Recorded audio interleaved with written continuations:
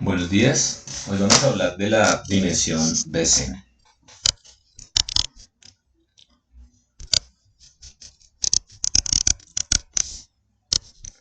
Entonces, la dimensión BC, lo primero que hay que decir es que se nombra así por eh, los creadores de esta teoría, que son Babnik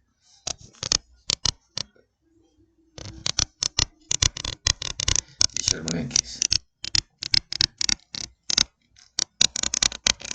Y la dimensión BC, pues básicamente se refiere a un número que nos va a caracterizar la capacidad que tiene un espacio de hipótesis para caracterizar un conjunto finito de datos.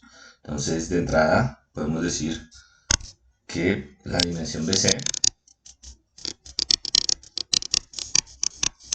caracteriza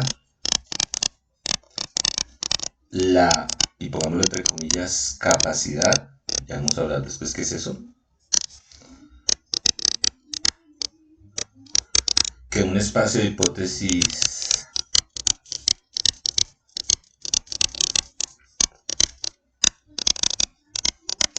H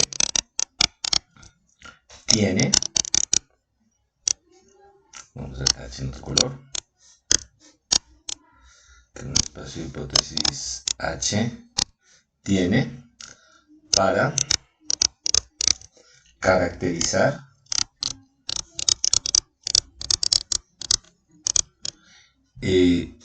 un conjunto finito de datos.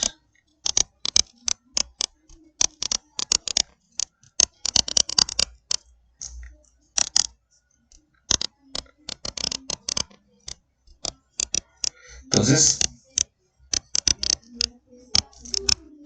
esta cantidad, este número va a ser bien importante. Pues miremos por qué. Si nosotros tenemos un espacio de hipótesis H1 y un espacio de hipótesis H2 con explicaciones a un fenómeno y un conjunto de muestras de, de entrenamiento, la dimensión de Babnik-Cherbonenkis nos va a decir qué tan bueno es H1 y qué tan bueno es H2, y nos va a decidir eso independientemente de los datos D que tengamos. Nos va a decir qué tan bueno es para caracterizar la función f oculta. ¿Listo? Entonces, es un solo número que nos va a decir muchísimo sobre el problema. En particular nos va a decir qué tan flexibles son las soluciones o las hipótesis que se encuentran dentro de cada uno de estos H's. Y a través de ese número, pues nosotros vamos a poder, como ya lo hemos venido estudiando, determinar si este espacio de hipótesis es apropiado o no para entender o para aprender o generalizar a partir de un conjunto finito de datos. Entonces, la dimensión BC de un espacio de hipótesis H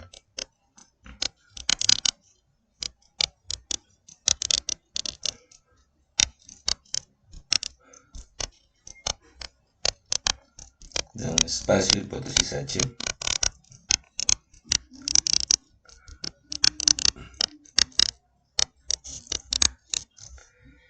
está denotada por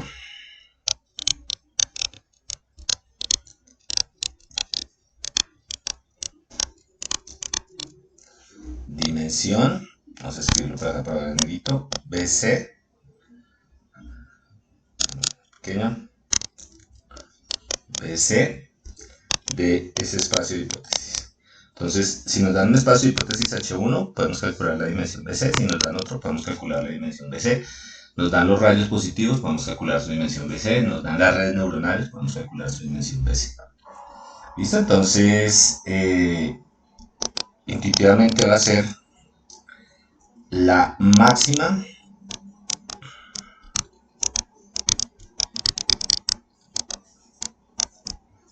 cantidad de puntos que se pueden particionar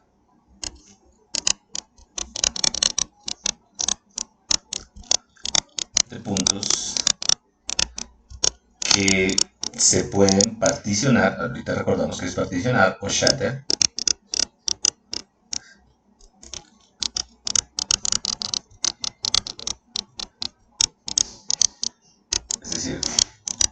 en shatter por el espacio de hipótesis H. ¿Listo? Entonces, este de acá es como la definición en palabras y nos está diciendo, mire, usted me da, o nosotros nos dan un espacio de hipótesis H.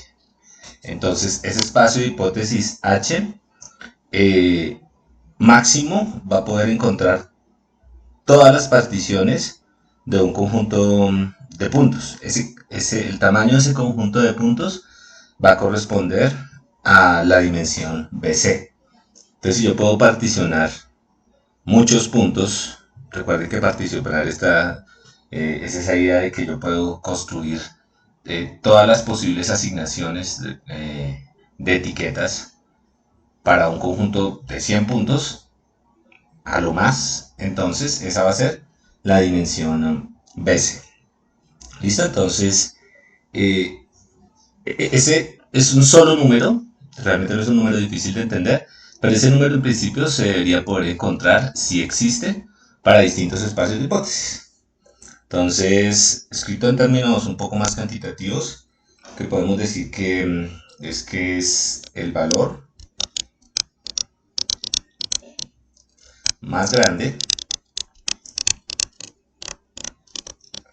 de n, es decir, el valor más grande, no pongamos de n, sino n de puntos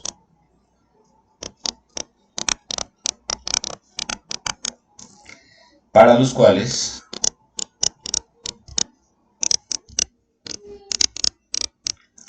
nuestra función de crecimiento, que lo habíamos denotado como hm sub h de n, es igual a 2 a la n. Entonces,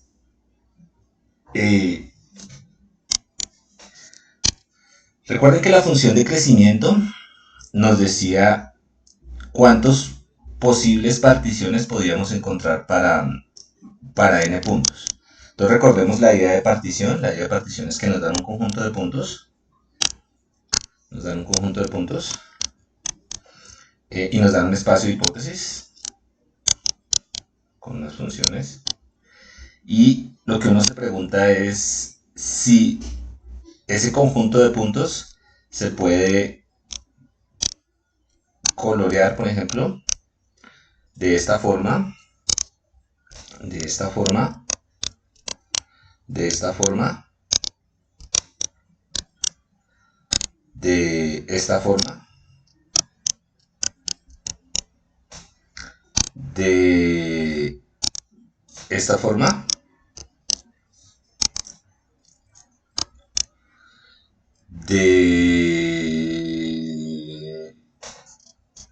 aquí tendríamos 8 posibles particiones, ¿no? Entonces, recuerden que este 2 a la n, pues se refiere a que a mí me dan un conjunto de n puntos, en este caso n es igual a 3, me dan un espacio de hipótesis h, entonces lo que yo me pregunto es qué tan flexible son las hipótesis en h para poder encontrar todas estas posibles particiones. Acá todas nos faltan, ¿cierto? Entonces, por ejemplo, nos faltaría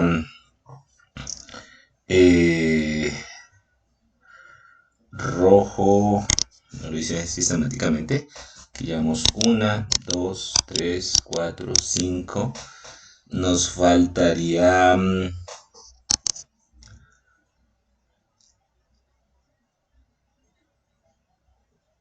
estos dos rojos y este azul, es otra posible partición. Nos faltaría estos dos rojos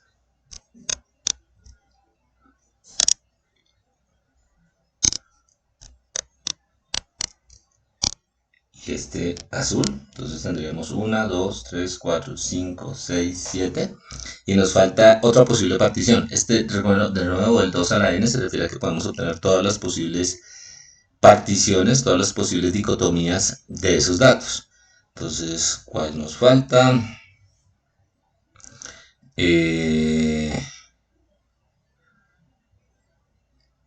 Ya.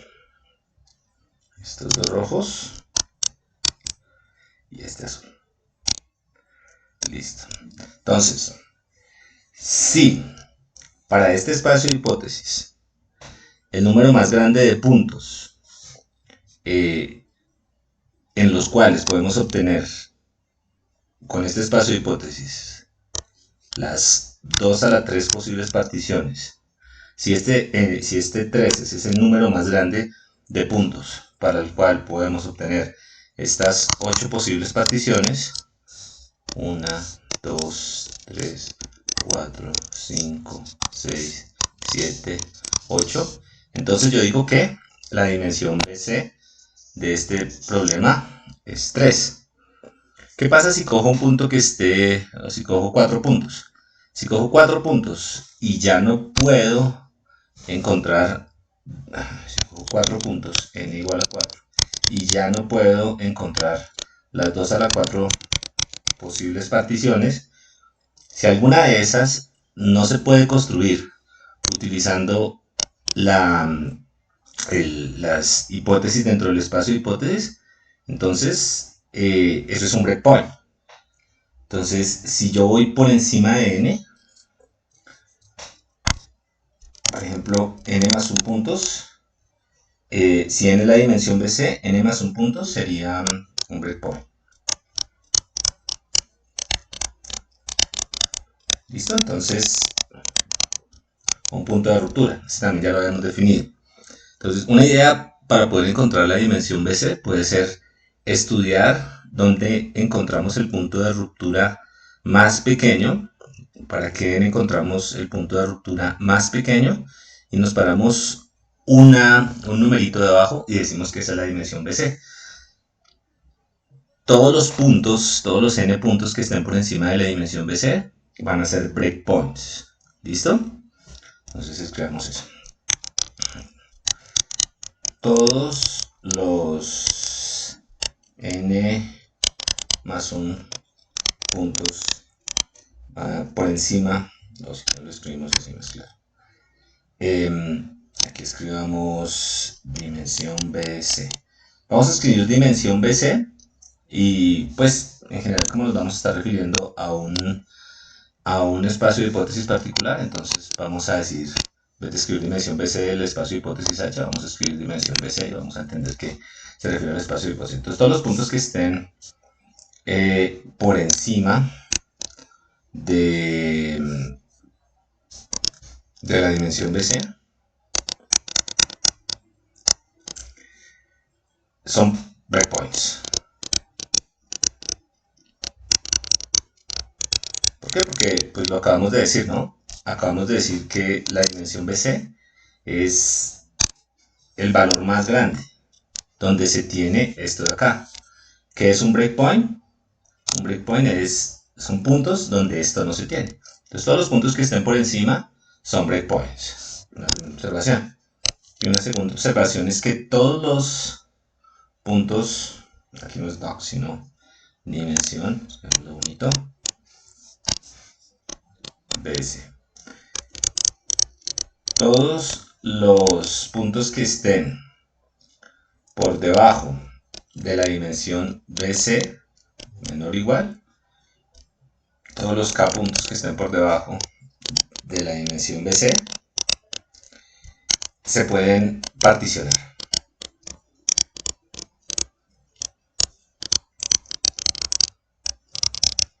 Entonces, la dimensión BC es como esa idea de, si yo estoy por arriba de la dimensión BC, ya no puedo tener todas las posibles explicaciones. Si estoy por debajo de la dimensión BC, si tengo n puntos por debajo de la dimensión BC, yo siempre voy a poder tener todas las posibles explicaciones. Y eso pues se ve claramente acá. Por ejemplo, si yo cojo estos dos puntos, solamente estos dos puntos, pues yo veo que tengo 1, 2, 3,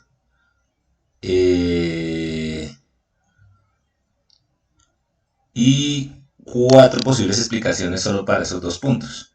Entonces, esta es una nota sencillita, pero nos va a ayudar más adelante, ¿listo? Entonces, de nuevo, la dimensión BC es ese punto que nos indica que de ahí para adelante el espacio de hipótesis ya no va a poder representar, a tener todas las posibles explicaciones. Y por debajo, yo siempre voy a poder tener todas las posibles explicaciones. ¿Listo? Entonces, ok. Una cuestión interesante es que en la definición que tenemos acá, se dice que es el conjunto más grande de n puntos. Yo selecciono esos n puntos y no dice lo siguiente. Una nota. No dice que cada subconjunto con n puntos, la definición de arriba, no dice que cada subconjunto con n puntos vaya a ser particionado.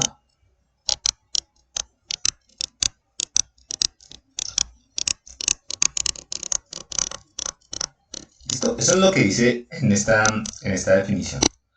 Esta nota dejémosla en azulito, porque necesitamos ese detalle para poder interpretar bien lo que estamos haciendo. Aquí dice el valor más grande, para el cual n puntos pueden ser particionados por h.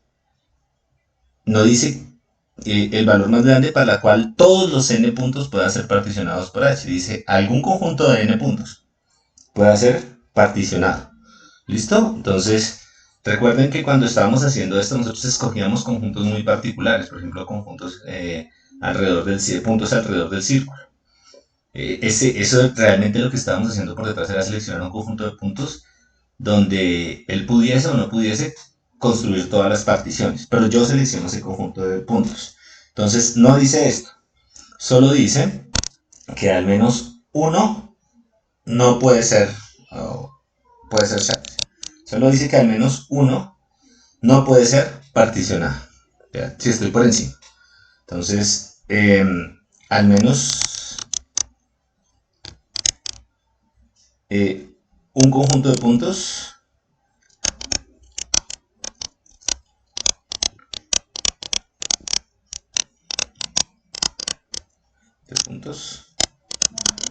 puede ser particionado.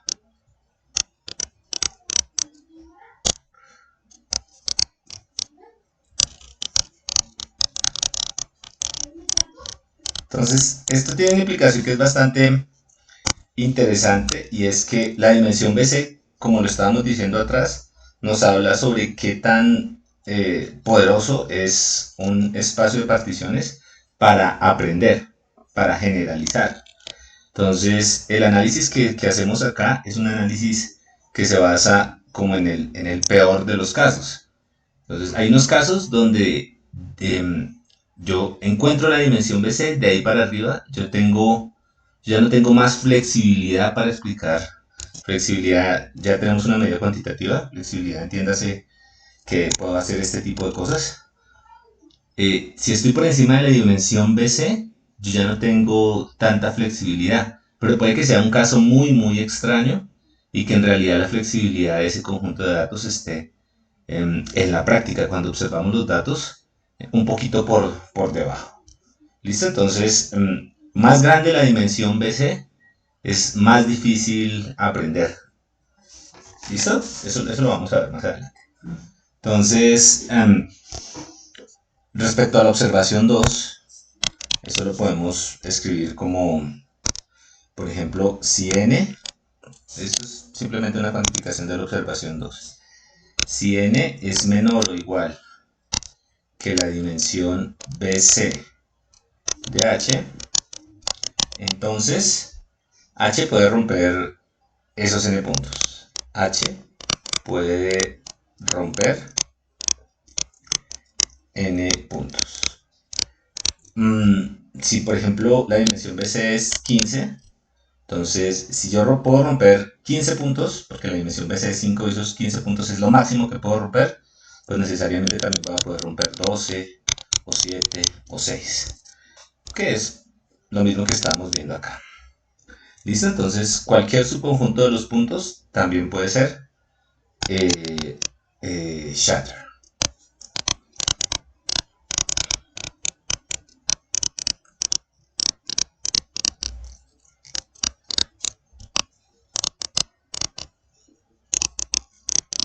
puede ser shatter o particionado.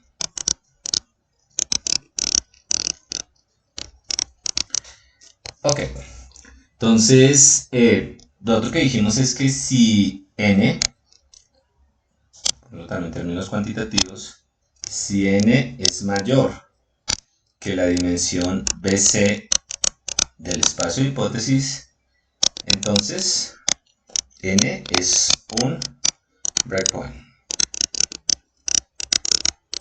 Entonces el breakpoint eran esos, ese número que nos indicaba en cuántos puntos yo ya no podía encontrar todas las posibles particiones del espacio de hipótesis.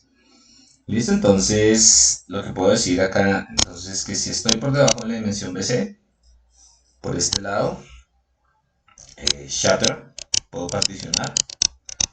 Si estoy por encima de la dimensión BC, estoy hablando de un breakpoint.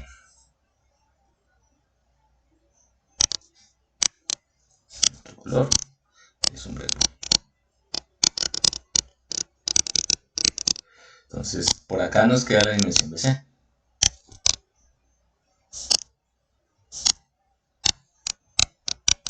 Entonces, esa dimensión BC va a ser bien importante porque va a ser de nuevo como ese límite. Piensen acá un espacio donde acá tenemos conjuntos de puntos. Y todo lo que está por acá, shatter, el espacio de hipótesis H lo puede particionar. Y lo que está por acá, de aquí para arriba, ya no lo puede particionar. Recordemos que entre más puntos podamos particionar, menos posibilidades tenemos para aprender. ¿Listo? Entonces, relacionemos esto con algo que ya habíamos visto antes. Entonces, nosotros habíamos verificado que para un breakpoint, habíamos probado que para un breakpoint,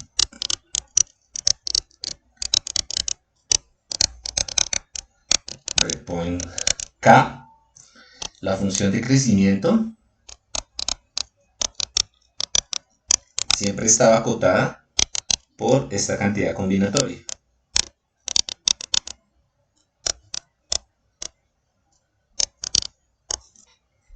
¿Listo? Entonces, le habíamos dedicado bastante tiempo a este resultado de acá y este resultado estaba en la base de por qué podíamos aprender. Lo que habíamos dicho era que si existía un breakpoint, es decir, si existía un breakpoint finito, entonces ese breakpoint finito nos determinaba esta cantidad de acá, que en última la habíamos convertido en un polinomio. Y si teníamos ese polinomio nos estaba acotando nuestra función de crecimiento, y si nos acotaba la función de crecimiento, recuerden que este pedacito entraba dentro de la desigualdad de Hoeffding. Entonces la conclusión de ahí era que podíamos aprender.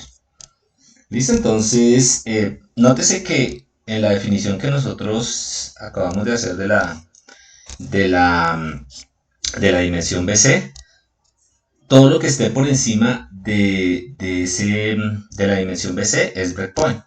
En particular, este numerito de acá, si este es un breakpoint, si K es un breakpoint, uno por debajo de la dimensión de ese breakpoint, pues sería la dimensión BC. Entonces, eso querría decir que la dimensión BC lo podríamos escribir como ese breakpoint que tenemos aquí en esta desigualdad menos 1. Entonces, recordemos, porque todo lo que esté aquí por encima es un breakpoint, por debajo es un punto que es shatter. Si yo tengo K, que es el breakpoint más pequeño, me paro uno por debajo, esa es la dimensión BC. ¿Para qué hacemos esa observación? Simplemente para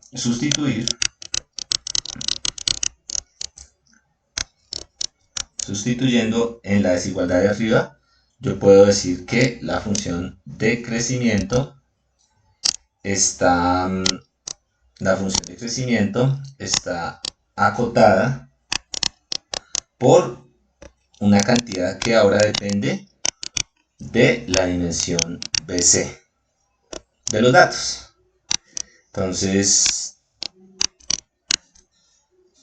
por eso es que decimos que la dimensión BC controla qué tanto podemos aprender, ¿no? Porque simplemente la dimensión BC es un nombre que le ponemos al puntico que está antes del breakpoint más pequeño. Entonces, como ya habíamos probado este resultado antes, ahora podemos afirmar que la dimensión BC nos dice exactamente si podemos aprender o no. Entonces, si la dimensión BC de un conjunto de puntos es finita, esta cantidad de acá, esta cantidad de acá en verde, pues sería un polinomio. Un polinomio cuya máxima potencia es el siguiente. Entonces, el lado derecho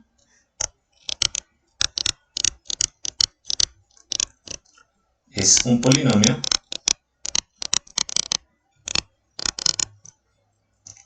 cuya máxima potencia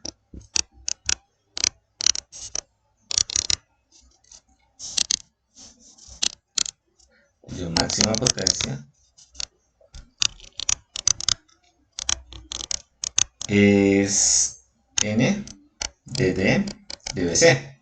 Recuerden que nosotros hacemos unas cuentas y esas cuentas nos mostraban que esto se podía escribir como un polinomio y el polinomio pues quedaba en términos, el término más grande de ese polinomio era precisamente lo que estaba acá arriba, que ahora lo llamamos dimensión BC. Entonces, como esta cantidad es polinomial, esto de acá es polinomial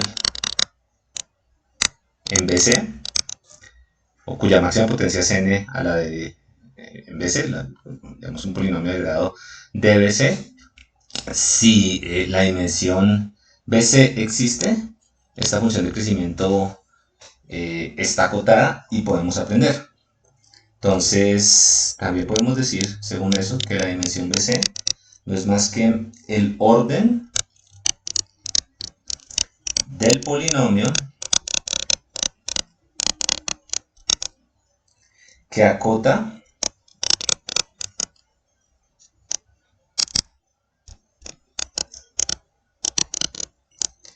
la función de crecimiento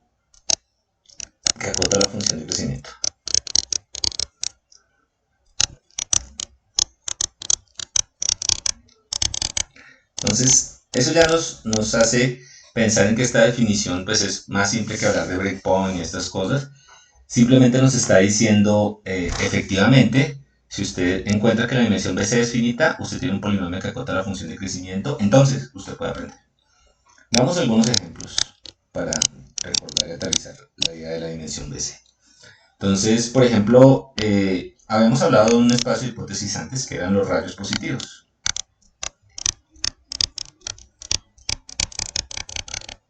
¿Listo? Entonces los rayos positivos eran funciones que definíamos en la línea recta y que tenían un parámetro y nos decían, mire, todo lo que esté hacia la izquierda de esta rayita, en esta flechita, hacia la derecha, perdón, por ejemplo es 1 y el resto es 0. Y este espacio de hipótesis estaba parametrizado por donde ubicábamos esto de acá, este umbral. Entonces podemos tener ese rayo, o podemos tener este radio de acá, o podemos tener este radio de acá. ¿Listo? Entonces, ¿para cuántos puntos nosotros habíamos encontrado un breakpoint? Entonces, simplemente para acordarnos, si nosotros teníamos un solo punto, entonces ese punto, por ejemplo, lo podíamos colorear. Supongamos que en negro es 1. Vamos a ver que en negro es 1 y que bolita es 0. Que bolita es 0. Entonces, si yo tengo un solo punto, las posibles particiones de ese punto son o lo coloreo, vamos a escribirlo así, un solo punto, o lo coloreo o no lo coloreo. ¿Listo? Entonces, tenemos el espacio de hipótesis H, que son esos rayos que colorea. Entonces, si yo tengo por acá mi punto, esto ya lo habíamos hecho, esto lo podemos colorear, lo podemos dejar en 1, si dejamos el rayo ahí, o eso mismo lo podemos no colorear si dejamos, por ejemplo, el rayo acá. Entonces, realmente, como habíamos estudiado antes, solo existen dos tipos de rayos, los que colorean y los que no colorean, pero en cualquiera de los dos casos, con ese espacio de hipótesis para un solo punto, con ese espacio de hipótesis yo puedo obtener todas las, aquí cometí un error, todas las posibles particiones. Entonces para n igual a 1, yo puedo construir las 2 a la n posibles particiones, ¿cierto? Que son estas dos. Ok, entonces, quiere decir que el punto de los shatter, pero podría haber un punto por encima. Entonces, ¿qué pasa si tengo dos puntos? Entonces, para dos puntos yo puedo, por ejemplo, colorear los dos. Puedo colorear este, no colorear este y colorear este. Colorear este y no colorear este. Y colorear, no colorear este y no colorear este. Entonces, para n igual a 2, me pregunto si con ese espacio de hipótesis yo puedo obtener las 2 a la n, es decir, las 4 posibles particiones. Y nos habíamos dado cuenta en su momento que había una de estas que no podíamos obtener. Entonces, si queremos hacer esta y esta, con este rayo es suficiente. Si queremos obtener este patrón de acá, por ejemplo, con este rayo es suficiente. Si queremos obtener este patrón de acá, del cuarto, con este rayo es suficiente. Pero resulta que los rayos no son lo suficientemente flexibles. Yo no puedo construir ningún rayo que pueda resultar en esta partición de acá. Entonces, en ese momento esto lo hemos llamado un breakpoint, ¿cierto? ¿Por qué? Porque es que no puede existir un rayo que me coloree este y no este, porque o los rayos son de ese tipo y me colorean los dos, o los rayos los puedo poner acá en la mitad, pero tendría este patrón de acá, el segundo, o los puedo poner al final. Entonces no hay ninguna forma de que esos rayos me expliquen esta posible partición de los datos. Entonces en ese momento habíamos dicho que este 2 era un breakpoint. ¿Ok? Este 2 era un breakpoint. El punto antes de que ese breakpoint ocurra sería la dimensión BC. ¿Cuál era el conjunto de puntos antes de que ese problema ocurriese? Este de acá. Entonces, la dimensión BC de este problema particular sería 1. ¿Listo? Entonces, ese número nos está diciendo, usted puede encontrar todas las posibles explicaciones hasta un punto. Si va de ahí para arriba, ya tiene que descartar algunas explicaciones. De nuevo, insisto, lo cual es bueno. Es bueno porque entre más flexible sea mi espacio de explicaciones, más probabilidad tengo de aprenderme los datos de memoria y no voy a adquirir ese patrón que quiero aprender. Otro ejemplo. ¿Qué pasa si los H's son perceptrones 2D? Entonces, recordamos que este H de acá, pues está lleno de separadores lineales que hacen cosas como estas. Este es un perceptrón, este es otro perceptrón, este es otro perceptrón. Tantos como líneas rectas yo tenga, separando el espacio en dos partes. Entonces, lo que vamos a estudiar aquí, que claro, podríamos encontrar las posibles particiones de un punto con el perceptrón, ¿cierto?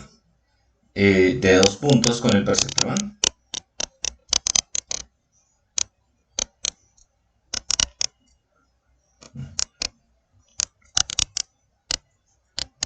Que simplemente poníamos los dos puntos en algún lado y siempre podíamos encontrar un plano que nos los etiquetara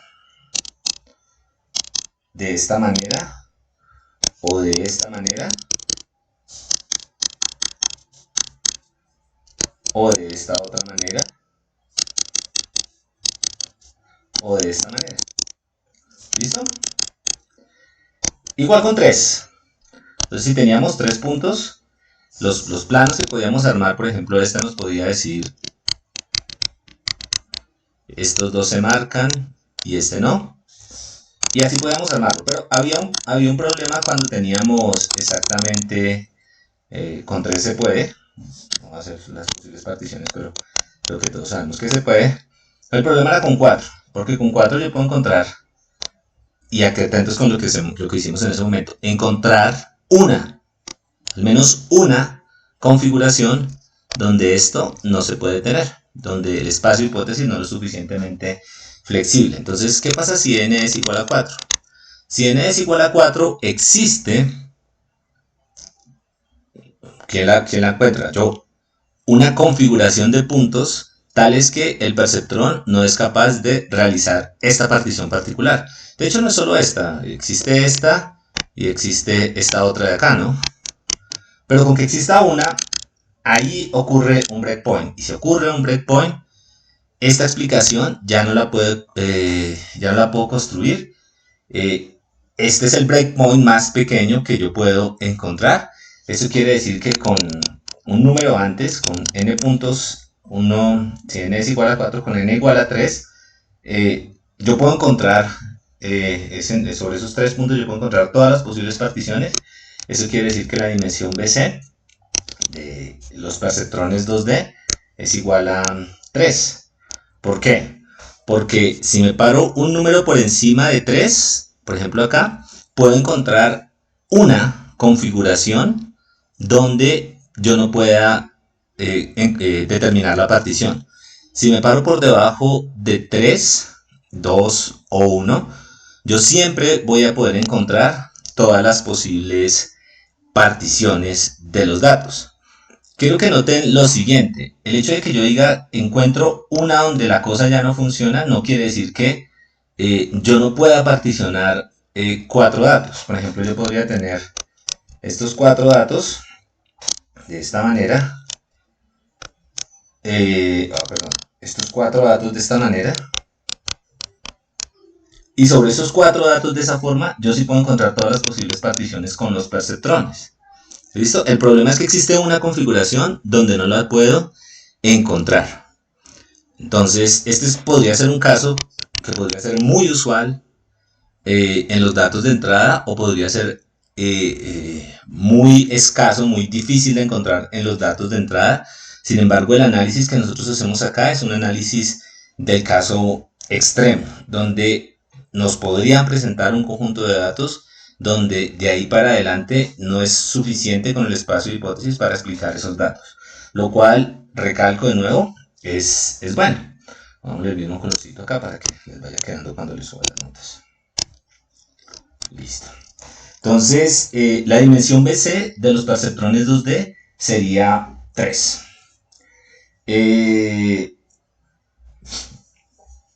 Recordemos también las funciones convexas, ¿no? Había otro espacio de hipótesis que habíamos estudiado y era H, los conjuntos convexos. Entonces, recordemos que nosotros habíamos encontrado que si usábamos los conjuntos convexos para explicar los datos, ¿a qué nos referíamos en ese momento? Por ejemplo, si teníamos datos acá de esta manera, entonces queríamos explicar este patrón de acá. Entonces simplemente podríamos construir una función, algo así, una función convexa, por ejemplo, con estas 3 cosas. Y todo lo que estuviera dentro lo podemos etiquetar como 0, inclusive estos puntos, y todo afuera como 1. Este era el tipo de reglas que estábamos metiendo dentro de nuestro espacio de hipótesis H. Entonces nos dábamos cuenta que nosotros podíamos siempre particionar los datos utilizando estas funciones, y el truco era que si nos daban n puntos, los n puntos los podíamos escribir alrededor de un círculo, y cualquier partición, negro, blanco, negro, blanco, blanco, negro, cualquier posible partición siempre se podía escribir utilizando las funciones convexas, o los conjuntos convexos, perdón. Eso quiere decir que los conjuntos convexos son muy flexibles, extremadamente flexibles. Yo siempre voy a poder explicar cualquier cosa con conjuntos convexos. No existe una configuración como si la existe acá, donde mi conjunto de funciones no sea flexible. Entonces, nótese que lo que estoy diciendo es que esa idea de que no sea flexible es importante. No sea flexible quiere decir que si no es flexible, yo no tengo todo el repertorio de explicaciones. Yo me tengo que restringir a un conjunto de explicaciones y al restringirme a ese conjunto de explicaciones, yo aprendo. Y eso es algo importantísimo. Yo aprendo solo si dejo esa visión generalista de poder explicar todo, si yo asumo un compromiso. Y ese compromiso se llama es un bias, y es un bias necesario para aprender. Si yo no me concentro en algo, si yo no caracterizo bien algo, eh, y caracterizar algo implica dejar unas cosas por fuera, dejar unas configuraciones por fuera, si yo no hago eso, yo no puedo aprender. Cuando tengo los conjuntos convexos, yo puedo explicar cualquier cosa. Y si puedo explicar cualquier cosa, la dimensión BC sería infinita. Y eso es malo, porque si es infinita y la metemos dentro de la cota que teníamos acá arriba, esto ya no es polinomial, sino es exponencial. Y al ser exponencial, esto crece muchísimo y no tenemos garantía de aprendizaje. No es que no es que no podamos aprender, lo que no tenemos es garantía de que vamos a aprender. En cambio, si la dimensión BC es finita, tenemos garantía de que vamos a aprender. Sabemos que siempre vamos a aprender. Esas definiciones son bien interesantes porque cuando uno, por ejemplo, estudia redes neuronales profundas, las cuentas le dicen que usted no debería aprender. Sin embargo, usted es capaz de aprender. Las cuentas, como estas cuentas que estamos haciendo acá, ¿no? Dentro de un marco de trabajo definido, por ejemplo, la dimensión BC de esas redes neuronales profundas es extremadamente grande. Yo no debería aprender, sin embargo, aprendo. ¿Ok? En parte, no se sabe bien por qué pasa, pero puede ser porque casi todo el análisis que nosotros hacemos, lo hacemos como en el peor de los escenarios. Entonces, resulta, lo que les estoy diciendo es que posiblemente esta configuración de acá es particularmente pesimista. Escribamos eso. Esta configuración es particularmente pesimista.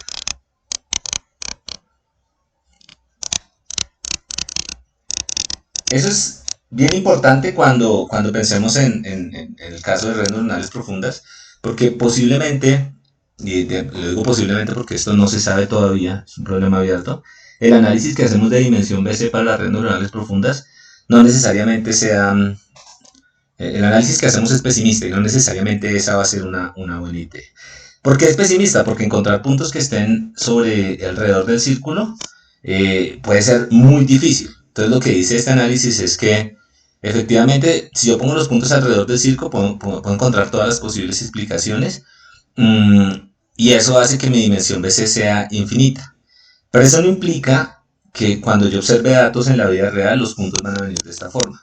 Pero lo que sí dice es que si llegara de esa forma usted no tiene posibilidad de aprender.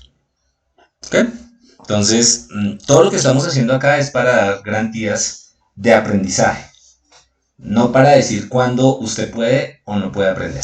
Eso es un punto interesante. Y de hecho lo podemos especificar, porque si DC, la dimensión BC de H es finita, entonces G pertenece a H, un G en H, va a generalizar. Si no es finita, no quiere decir que ese H no nos sirva para generalizar. Quiere decir que no podemos garantizar que se aprende. Y lo que estamos obteniendo acá o calculando acá o razonando acá son certificados sobre si esto aprende o no aprende. ¿Listo? Entonces, den un segundito. Vamos a estudiar la siguiente pregunta. ¿Qué nos está diciendo la dimensión BC sobre nuestro diagrama de de aprendizaje? Entonces, denme un segundito. Vamos a... Denme un segundo. Vamos a ver si podemos pausar esto. No se puede pausar. Bueno, entonces, ¿Qué decía nuestro diagrama de aprendizaje? Denme un segundo, lo vuelvo a hacer acá para no enviarme de nuevo la presentación. Entonces, nuestro diagrama de aprendizaje era como nuestro esquema, nuestro marco de trabajo teórico sobre el cual nosotros estábamos armando lo que entendíamos como aprendizaje. Entonces, lo vamos a dibujar y vamos a estudiar cada una de esas cosas que nos dice respecto a la dimensión BC. ¿Cómo está relacionado eso con la dimensión BC? Segundo acá. Ok. Entonces, en nuestro diagrama de aprendizaje, nosotros teníamos acá, no lo tengo a mano para presentárselos, pero nosotros teníamos una función desconocida o una función objetivo que no conocíamos, ¿no? Entonces era una función target objetivo desconocida.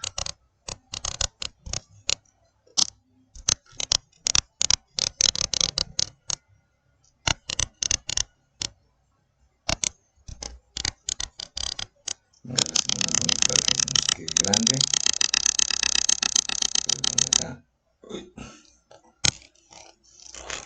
Teníamos una función objetivo desconocida, que era lo que queríamos aprender. Entonces, originalmente esta función la habíamos planteado como una función f que nos mandaba nuestras características a, por ejemplo, unas etiquetas. ¿Listo? Entonces, nuestro objetivo era aprender esa función a partir de un conjunto de datos que los hemos llamado, por ejemplo, o los hemos llamado ejemplos de entrenamiento. Entonces, los ejemplos de entrenamiento no eran más que parcitos, que pares x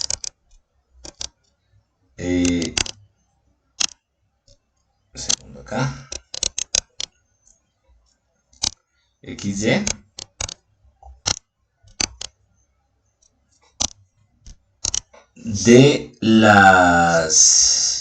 de cómo era la función, de cómo realmente se representaba la función. Entonces, era un ejemplito, dos ejemplitos, y en general, por ejemplo, podemos tener, no sé, n ejemplos.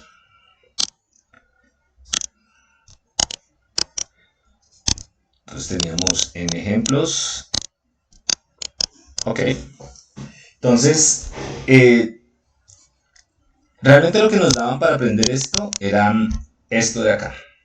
Entonces, nosotros habíamos hecho un razonamiento bien al principio, era que podíamos construir un espacio de hipótesis, que realmente lo que hemos caracterizado durante este tiempo. Entonces hay un espacio de hipótesis.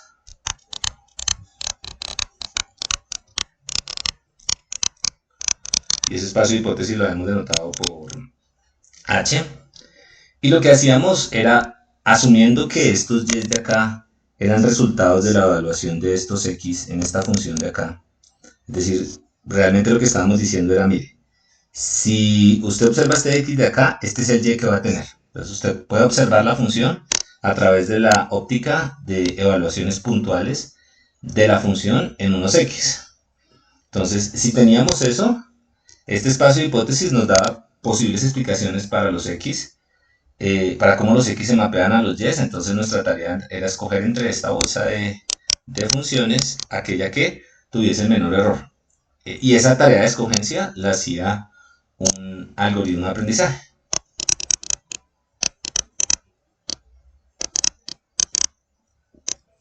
Un algoritmo de aprendizaje.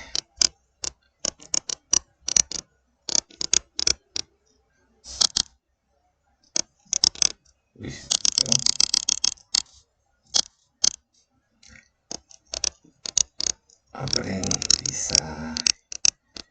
Entonces, ese algoritmo de aprendizaje, pues básicamente cogía las muestras, cogía el espacio de hipótesis, y esto de acá nos botaba una hipótesis final.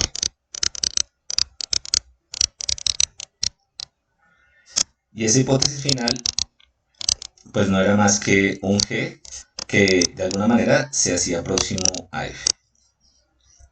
Ok, Y aparte de eso, pues habíamos introducido algo que era poco como medio artilugio, pero lo habíamos utilizado para poder caracterizar cómo era cuáles X eran más probables que otros X, y habíamos asumido que existía una distribución P en X.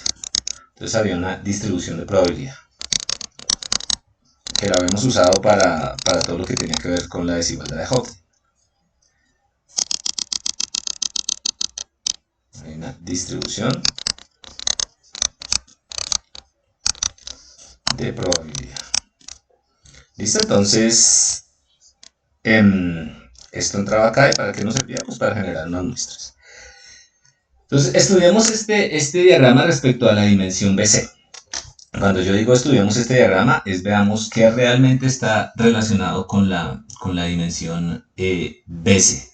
Entonces, obviamente la dimensión BC está relacionada, pongámosla aquí como en verde, lo que está relacionado con el espacio de hipótesis, ¿cierto? Porque pues es una característica propia del espacio de hipótesis. Entonces, uno podría decir que está relacionada con la dimensión BC.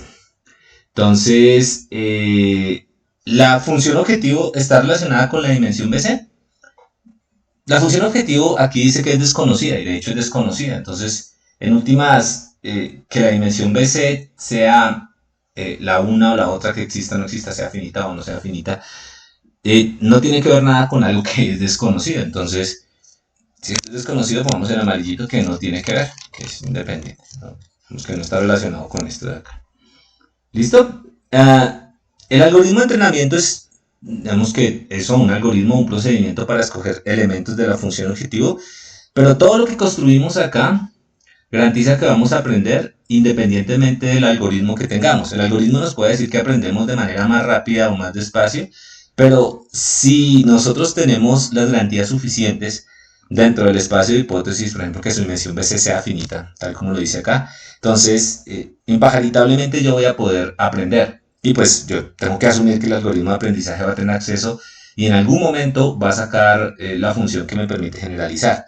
Eso quiere decir que si yo ya sé que la dimensión BC es finita, el algoritmo de entrenamiento realmente no me importa respecto a la dimensión BC. No es que me importe en un problema práctico, porque si yo tengo un algoritmo malo, pues me va a demorar muchísimo, pero en últimas, la garantía que me da todo lo que hemos construido acá es que yo sí voy a poder aprender. ¿Listo? Entonces, miremos qué pasa respecto a la distribución de probabilidad. La distribución de probabilidad era un artilugio, y realmente cuando yo pienso en la dimensión BC, yo pienso como en un ejemplo muy particular donde ya no pueda encontrar una partición. Entonces, la distribución sobre los datos de entrada me dice cuáles datos de entrada son más probables o menos probables, pero yo soy el que escojo cuáles son los datos de entrada donde tiene sentido hablar de la dimensión BC. Entonces, desde esa perspectiva, la distribución de probabilidad tampoco tiene que ver con la dimensión BC, es independiente de la dimensión BC, porque nunca voy a poder construir una distribución de probabilidad que me venza a mí en la selección de uno de esos casos que es, digamos, patético, donde yo ya no puedo encontrar una explicación. ¿Listo? Por otro lado, las muestras de entrenamiento, pues sí son importantes, ¿no? Porque las muestras de entrenamiento me están diciendo las posibles configuraciones que yo voy a tener. Entonces, desde esa perspectiva, efectivamente, sí sí dependen, o si están relacionados con la dimensión BC. Entonces, pues básicamente ahí están los X, y si ahí están los X, pues ahí es donde están las configuraciones donde la dimensión BC tiene sentido. Y finalmente, yo tengo la hipótesis final. La hipótesis final está dentro del espacio de hipótesis, y yo la puedo encontrar si la dimensión BC es finita. Entonces, pues está relacionada también con la dimensión BC. Entonces, ¿por qué es importante razonar alrededor de esto? Porque la dimensión BC es ese número que nos termina condicionando en última si vamos a aprender o no. Independientemente de si conocemos, o sea, la naturaleza de la función a la que queramos aprender, independientemente del algoritmo de aprendizaje, independiente de la distribución de probabilidad dentro de los datos, y respecto a nuestro diagrama, nos está diciendo, nos está apuntando a los elementos que son claves dentro del aprendizaje. De nuevo, por ejemplo, el algoritmo es fundamental. La práctica, si yo no tengo un buen algoritmo, yo no voy a poder aprender. Pero si yo no tengo garantía sobre la dimensión BC, tampoco voy a poder aprender. ¿Listo? Entonces, vamos a hablar un poquito de la dimensión. Oh, ¿cuánto vamos acá? Para que no se nos vaya tan largo. Listo, yo creo que lo podemos dejar por ahí. La siguiente clase vamos a hablar de la dimensión BC del perceptrón en general. ¿Listo? Entonces, ¿por qué es importante entender la dimensión BC del perceptrón? Simplemente como un comentario final. Porque si la podemos determinar, vamos a poder tener una explicación un poco más aterrizada de qué significa la dimensión BC dentro de un espacio de hipótesis. Pues claro, la dimensión BC es un número que, como lo discutimos en esta sesión, nos dice si tenemos garantía de aprender o no tenemos garantía de aprender. No obstante, también tiene una interpretación y se las voy a decir de una. Está relacionada con los grados de libertad del espacio de hipótesis. Entonces, está directamente relacionada con la cantidad de parámetros que yo puedo cambiar dentro del espacio de hipótesis para poder tener esa flexibilidad de explicar los datos. Y aquí se ve, de hecho, claramente, aquí tenemos un solo parámetro. ¿Sí ven? Un solo parámetro. Acá, un solo parámetro. La dimensión BC fue 1. ¿Listo? ¿Cuál era el parámetro? Ese que nos controlaba dónde poníamos el rayo. Acá tenemos dos parámetros, ¿no? Mírenlo, cuando tenemos nuestra línea recta, pues tenemos, por ejemplo, la línea recta determinada por el vector normal. Y ese vector normal pues tiene dos componentes. ¿Listo? Entonces, y pues la línea recta también tiene un intercepto. Entonces, tenemos las dos componentes y el intercepto, nos tendríamos estos tres elementos de acá. En este caso, pues no podemos hablar de lo mismo porque tenemos una dimensión BC infinita.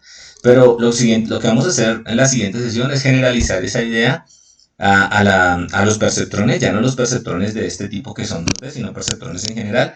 Y al final nos vamos a encontrar con que la dimensión BC también nos está diciendo cuántos grados de libertad yo tengo para jugar y explicar mis datos.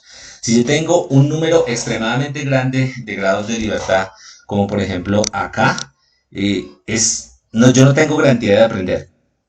Es importante, y recalco al final, que no significa que yo no pueda aprender, porque puede que los datos que vengan no vengan en configuraciones tan patéticas como estas, tan extremas como esas. Sin embargo, no obstante, yo no puedo decir, como lo puedo decir para estos casos de acá, que sí puedo aprender. Listo, eso es lo que tenía para contarles hoy. Muchísimas gracias.